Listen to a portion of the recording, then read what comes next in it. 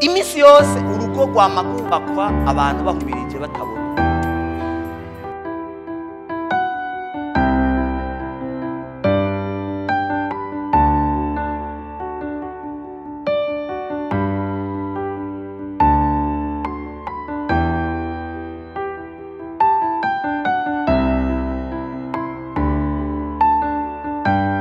Ikiringo ca mbere kiba urugo muko rubaho. Mu Gifaransa bacita phase romantique canke ikiringo cyuko abantu bose bari bega mvuge gute. Phase romantique numunezero mwinshi, nurukundo rwinshi hagati yanyu. Ugatoza kurabwo urukundo ko ariko ni kwiyumvanamo cyane, muba mururumba. Ico kiringo gihera mu mafiançailles. Murakibona ico kiringo phase romantique bihera hariya muri fiançailles. Ugomba kumenya mbega umerewe gute, wiriwe gute, umeze gute. Uwo ico gihe nta kintu na kimwe kibi ubona kuri uwo muntu. Ibintu byose ni byiza, ibintu byose nta kadefo na kamwe afise, nta ngorane nimwe, ibintu byose ni igitangaza. Bavuga ko ico gihe umuntu aba ari impumyi, abahumirije. Mwesigure neza mu vyumva. Imisi yose urugo rwamagubakwa abantu bahumirije batabona. Mutimvye vuze sivyo. Mu itanguriro bavuga ko igihe Imana ya Adamu umufasha yabanje kugirana. Nagomba mbwira abantu mwese muri aha imbere yuko mwubaka mwari mugize, mwari musinziriye.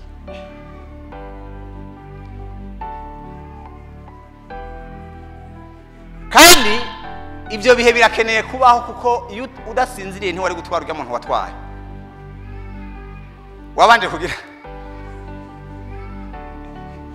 gusinzira bivuga iki? Nukuvuga ko kijya gihe turi phase romantique, ijya phase mu gihe umuntu ari muri iyo phase nta kintu na kimwe ababona, nta kosa na rimwe ababona kuri uwo muntu, mbere amakosa abonwa nabo hanze. Mbere ndagomba bibutse mwibuke ko n'umuntu yaguhanuye ngo ntumutware gushika no munsi niba utamugiriye imbabazi yabaye umwasi. Ibyo mvuze sibyo. Ujya muntu mbere nuwahire akavyitamwo. Mwirinde kwita muri dosiye y'abantu bagize. Uwavyitayemwo akaza kukubwira ati ujya muntu afise akagorane. Ntavyo wari kubona, kuko kijya gihe bavuga ko Imana yari yasinzirije. Damu yarasinziriye. Imana ni nyabwenge. Yarabangiragira.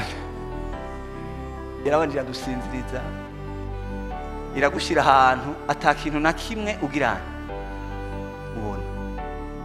Urugo rero rwama rutangurira muri iki kiringo. Ico kiringo ni kiringo umuntu atababona, atakosa na rimwe abona ku muntu, ibintu byose asa nayo kwiteke. Ibintu byose, imvugo yawe ni nziza, rindirasha. Imvugo ni nziza. Yemwe eka vrema, kuko uragize enda babwiri kure abo bantu bose mubona mukavuga muti mbe bashubya muntu ameze kujya ahage arafise uwasinziriye. Kandi uwasinziriye ntazopfa abonye bijya bintu uri kuramubonako. Wewe gituma ubibona no kubera udasinziriye kuri we nyenewe ntagize. Nico gituma naho mwafata umuntu mukavuga muti nta ujya muntu nta Imana irafise yamubikiye azomuzana agize. Vuga no kurisha hage we ntwari usinziriye cyagihe mwabana n'ujya muntu nawe uvugisha ukuri hage ntwari usinziriye. Ico gihe rero kibaho muri Bibiliya bavuga umuntu yitwa Yakobo. Bamuzaniye umugore mwijoro hatagirana, hatabona baramumuzanira. Mugabo uwo mugore yitwa Leya ngo yari iki? Hinge buci ndaza kuhashika ngo yikangura ati tya. Buragize itirero yagize mana yanjye ni wowe turi kumwe uko biri kose yarahamutse Leya vraiment waje gute niwe turi kumwe burya Leya ntiyagize imirazi bukeye yaje agize twumvikane ibi bintu muri ko murabona ubu nyene mutabona kiriya gihe si bishasha bari babifise nuko mwari musinziriye sivyo erega nta gishasha kirimo nuko kijya gihe utagirana niya nawe rukubwira urujambo rubabaza urujambo rugumye ntiwagumva kuko wari mu anesthesi kuko yari yamuteye anesthesi ya munsi wana anesthesi ya mbere yakorewe haki ntuzi yaragize Adamu yarasinziriye bica bituma ibintu byose biba atabyabona ico gihe rero muri iyo fazi yo nyene iyo umuntu abanezerewe uwundi kuko ntabona nta kibazo na kimwe abona emwe umwanya wose aguma baza umerewe gute wiriwe gute rero birashika urugo rugatangura rukamara imyaka nkingahe akavuga ati singi adatashe vraiment no uma nicaye ndamurindiriye uracyamurindira sha itiro ryaragize ati singi adashitse akaguma arindiriye ko azoshika sinzojya adashitse muracyari muri ya phase bita phase romantique ya phase tumutashobora nta kantu na kamwe umuvuze nabi ni wahinduka umuki umuvuze nabahinduka umwasi kubera muracyari muri ya phase ariko ndabibutse ico gihe urugo rwose rwa marutangura muri Yohana 2 havuga ubukwe bwabereye ikana ubukwe bwatanguye ngo harimo vino niho yari munkurikirane neza iyo bavuga vino bagomba kuvuga umunezero muri Bibiliya urugo rwa marutangurira muri phase y'umunezero imisi yose phase romantique ibiri mwiki nawe ibuka umunsi waronka umufasha ibuka umunsi waronka umufiance wawe ntiwari unezerewe vino yari ihari mugabo haciye umwanya muto birivuga yuko iyo vino yagize nte iyo vino yageze igihe irashira etape ya gatatu turaza kwishika ko vino yarasubira garuka kandi bavuga ko vino yo hanyuma yabaye iryoshe gusumba iyagari Imana ishimwe turaza gusenga Imana abantu vino yakamye isubira iboneke iki kiringo icyo ni kimana umwanya muremure kimana nk'imyaka ingahe iki kiringo cy'uyu mwanya bivana nabo bantu bari hari abantu ikiringo gishobora kuherera no muri fiançailles kuva umunsi wa mbere bagize ubukwe niho utangura kubona ngira ndabishikeko ariho abo bimara imyaka 2 3 5 bivana nawe bimara umwanya rumera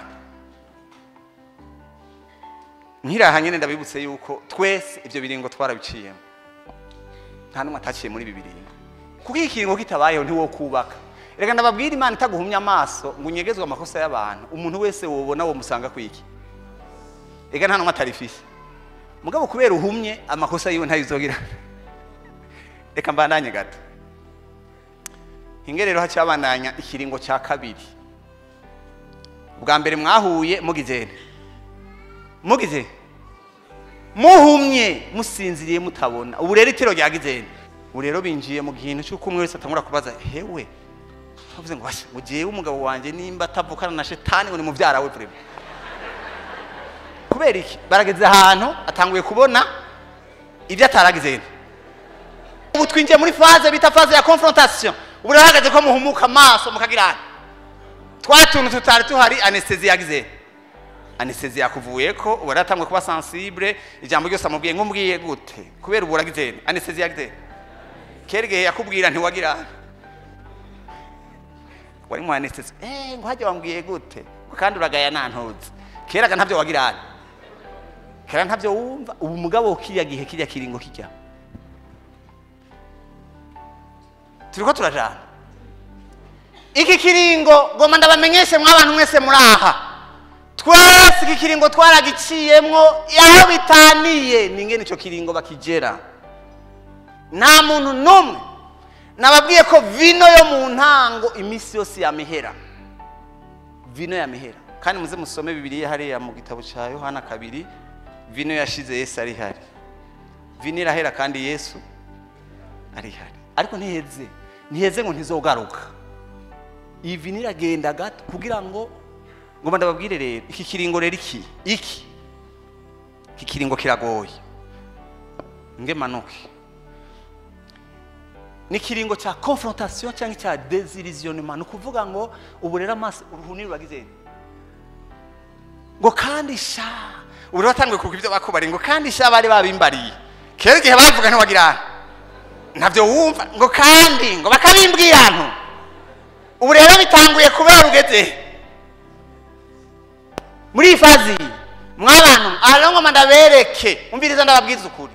Ijya faze ya mbere yaba umukirisi yaba umupagani bose barayironka, muranyumva?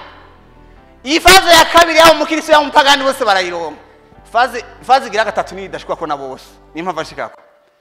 Nagomba ndababwire ko hari abantu benshi ubuzima bwabo buherera muri faze ya kabiri, bakazorinda bapfa bakiri muri faze yandi ya confrontation. Ubuzima bwabo bwose bukazoherera muri ibi bintu bya confrontation. Abana bakazoba victime y'iki kiringo cya kabiri, abana bazokwama babona abavyeyi baryana muri iki kiringo cya kangahe cya kabiri, abavyeyi bagatukana abana bagirana bumva kubera iki kiringo cya ryari cya kabiri cyabananiye, ingo zasambukiye ngaha. Jewe sinemera kubana n'umuntu ameze uko mwiyumvirana ngene ameze, ntiyari ameze ko cyage wamubaza gishasha ni giki. None gantuza hari umuntu yatwaye umwana yarongoye umwana, erega bari bakuze ukumubona ameze niko yaragize, gusa ntiwabona kiriya gihe yari uwonyene. Ico gihe rero ni gihe cyuko umuntu wese abona uwundi uko ameze, batangura kubonana uko tumeze, ama personality ntameze kumwe, uko tumeze ama temperament, niyo indero twaronse simwe, nibyo dushaka si bimwe, byinjira muri iki kiringo cya kabiri. Ama priority byo dushira imbere ni kiringo kibi cyane mugabo gikenewe. Muri icyo kiringo rero vin irashira, vin irakama, mugabo murazosoma neza.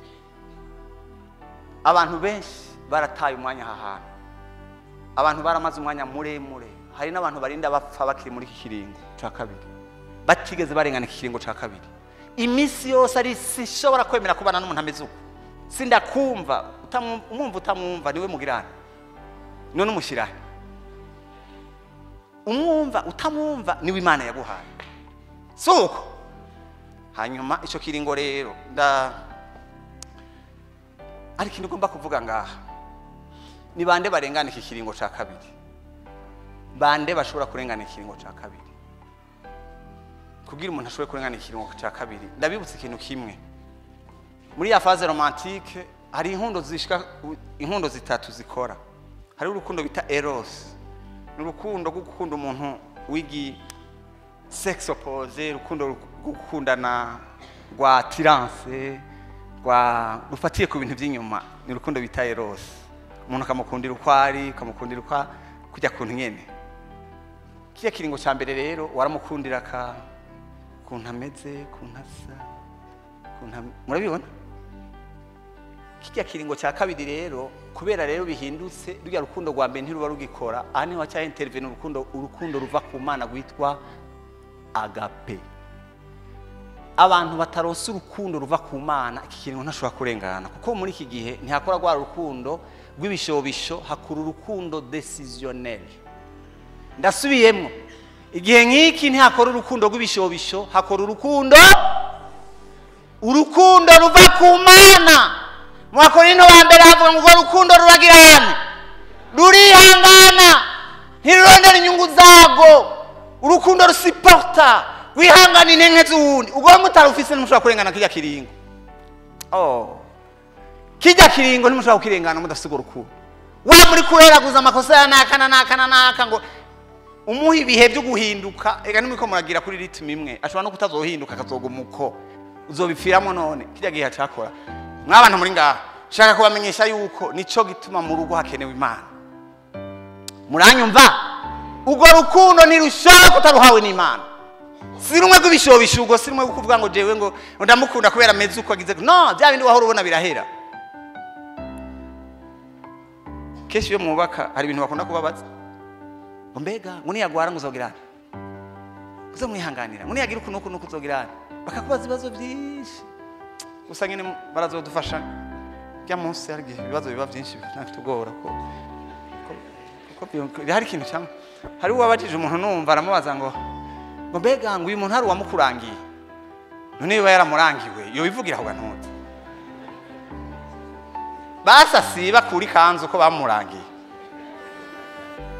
muzobibabaze batarubaka bataraza mu rubanza muzobibabaze kare iki gihe rero uru rukundo rurashira rwamwe rwa mbere rw'ibishobisho ruranyika kubera rya rukundo rwa mbere rwari rufatiye ku bintu by'inyuma ubwo rero ruranyika muri iki gihe vini gahera faze ya gatatu niyo ngoma shiki niyo bita faze ya stabilisation ndayibifurije vraiment ntimushobora kumara imyaka yanyu yose muri ko murashihana mushobora kumara imyaka yanyu yose mutakirana mushobora kumara imyaka yanyu yose ugomba ko nakamera uko mugomba kwakirana mugomba kwemerana mugomba gutahurana iyi faze igira gatatu ni faze ya stabilisation ni faze yuko mubana mudafatiye ku madefo y'uyu canke y'uyu murihanganirana nimwe nababwira ubu rero mwarabaye uko ameze nikikuguca intege uramutahura uko ari niko kubuzi yuja bizohinduka canke naho bitohinduka muzogirana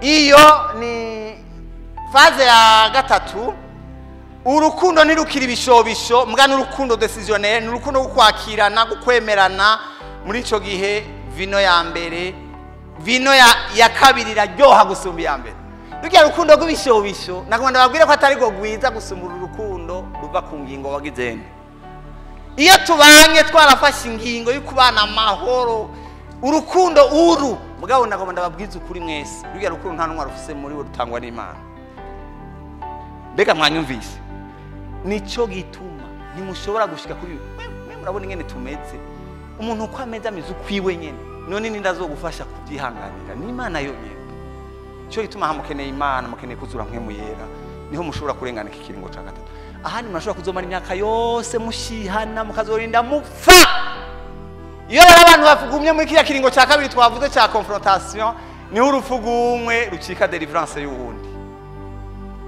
umwe avuye twe tukaja ko tukarira ngo yabuze nawe ari karagirana ahubwo jewe ndagize ahubwo jewe ndaruhutse ndaronse ingene tugirana tufa iyo mwatevye muri kiriya kiringo ntimukivemo urufugumwe rucika inyinshi y'uwundi ibize bibabeko ko mwaje ngaha mwese uyu munsi Imana ibagabira urukundo ruva ku Mana urukundo rurihanganirana urukundo rurakira amakosa y'uwundi urukundo ruratahura uwundi ameze kudashaka urukundo kandi biriko ndabivuga naho ndiko ndabivuga au niveau y'urugo meme no mu mibano isanzwe turakeneye ibintu nk'ibi hari igihe umuntu mukunda kubera uzi ko kuvuga neza gufata neza habaye akantu na gato ukamenga birasambutse umuntu afise urukundo ruva ku Mana yiga gutahura uwundi mu ntege nkeziwe Imana ibitugabire twese uru rukundo turarukeneye byo rero nari nagombye kugicako kugira ngo ndababwire icya kabiri muri inyuma y'urugo muri iki gihe cy'urugo hari ukuntu abo bantu babiri babana babwizene bameze abantu baje kubana bameze gute ndababwira imigwi itatu y'abantu bashobora kubana mu rugo urugo rurashobora kuba rugizwe n'abantu babiri b'abanyabwenge umwe aciye ubwenge undi aciye ubwenge bakabana canke bukabana n'abantu babiri bose ari bipfu buzi bipfu muranyumva nta kivyura ikindi ibipfu byose kandi ibipfu bibiri birashobora kubana neza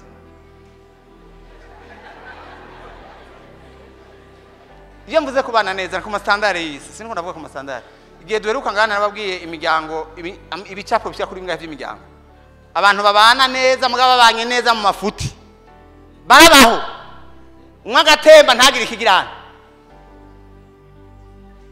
yega barabaho ndakubwije ukuri ugasanga mu ijoro saa 8 z'ijoro ariko baratemba bose bakwegana ukuboko bitahiye batazi nuko abana bariye mugabo ariko baratemba bafatana iki twebwe rero tuteze kutirage abantu barikunda niye basha murakundanye abantu bafunditse ikibi bagihuriza ko bose ari babiri nta kivyura ikindi ni Ananiya na Safira bateguye kubesha bakabyumvikanira rimwe bose, ariko kandi biranashoboka ko abo bantu babiri bashobora no kubana bose birgo barashihana ari bifu byose bakajyana, mwati sindavyemera undi ati sindavyemera, ndakwereka undi we nati ndakwereka undi we, barabaho. Umugabo wa gatatu ushobora kubika ijuju kibanye n'umunyabwenge, umwaka wa umugore cyangwa umugabo w'umunyabwenge cyangwa umugabo w'umunya aho tubona Abigayili nande na Nabali, urugo rwatabawe n'umugore w'umunyabwenge, mbwa yarafise umugabo w'igiki. Hajya baramaze kubona ko hari urugo ushobora gusanga iyo rutagira umuntu w'umunyabwenge, bashobora gusanga uwo mugabo n'uwinjiye mu rugo bazanga uwo muntu ninde, tazi ko abashitsi babaho. Hari ahantu twagenda bashaka kubaza aho kukwakira ngo bagutumye iki, biracyabaho ngo bagutumye iki, ugiye kuramukanya bagutumye iki, nene kuramukanya ntibibaho. Hari rero umugabo ushobora gusanga control ibintu byose byo mu rugo, akantu kose gasohotse ubihaye nde, nirutagira umugore w'umunyabwenge ubwo rugo ruzoba hatanika ibyuri kindi, ubwo ruhure bose. Imana ishimwe, hari gishobora gusanga hari umugore azaracisha mu mbavu, urugo rukabaho kubera habonetse umugore cyangwa umugabo w'umuki. Urumva rero birashoboka ko babiri babana, umwe ari gifu undi ari umunyabwenge. Nagomba ndababwira kuko tumeze iminsi yose bizogaragarira mu gihe cy'ibibazo, uko tumeze. Hanyuma uko tumeze niko gutuma twifata uko twifata.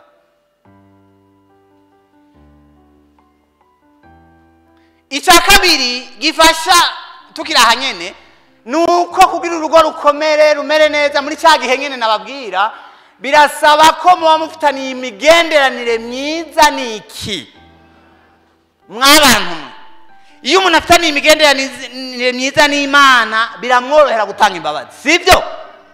Niyo avuze icyo yapfuye na mugenzi we biroroshe, mwe muyana ntamwemerera ko abiryamana. Ariko hano mushamuryama umwe araba hari undi araba hari, ashitana gashaza akicara hagati, acarara gupangira ati je uzogira ukusha, wabonye ibyo yagize nawe uzogira uko, kubera shitani yaje gyama hagati yanyu. Mugabo iyo hari mu Imana hagati yanyu, mwe muyacha kubwira ati tanga imbabazi, yakubite bako Imana ishimwe. None mwabana umuntu atagira Imana yo kirengana gute? Utabanye n'Imana uzobana na shitani, nta kindi kintu kibaho. Reka ntushobora kuba hagati na hagati. Ndagomba ndababwira ikintu kimwe, hariho imigenderanire ibiri yubaka urugo. Imigenderanire ya mbere ni jewe n'Imana ubwa mbere, nivyo? Uburyo mbanye n'Imana nibwo bumfasha ingene mbana. Ibi bintu murabyumva mwabantu mwe, je ndazi ko ntidushobora kuvuga ngo urugo ruzobagwiza tutashoboye kumenya yuko urugo rugirwa n'imigenderanire ibiri. Hariho umugenderanire wanje n'Imana, ingene mbanye n'Imana nivyo bizotuma nshobora kubana na wa muntu natamitse ko nshaka, nzohabwa inkomezi ntari mfise. Ivyo biva kuko twabanye n'iki n'Imana, nivyo? Urugo rwa mbere ni rwamwe n'Imana, urugo rwa kabiri kujya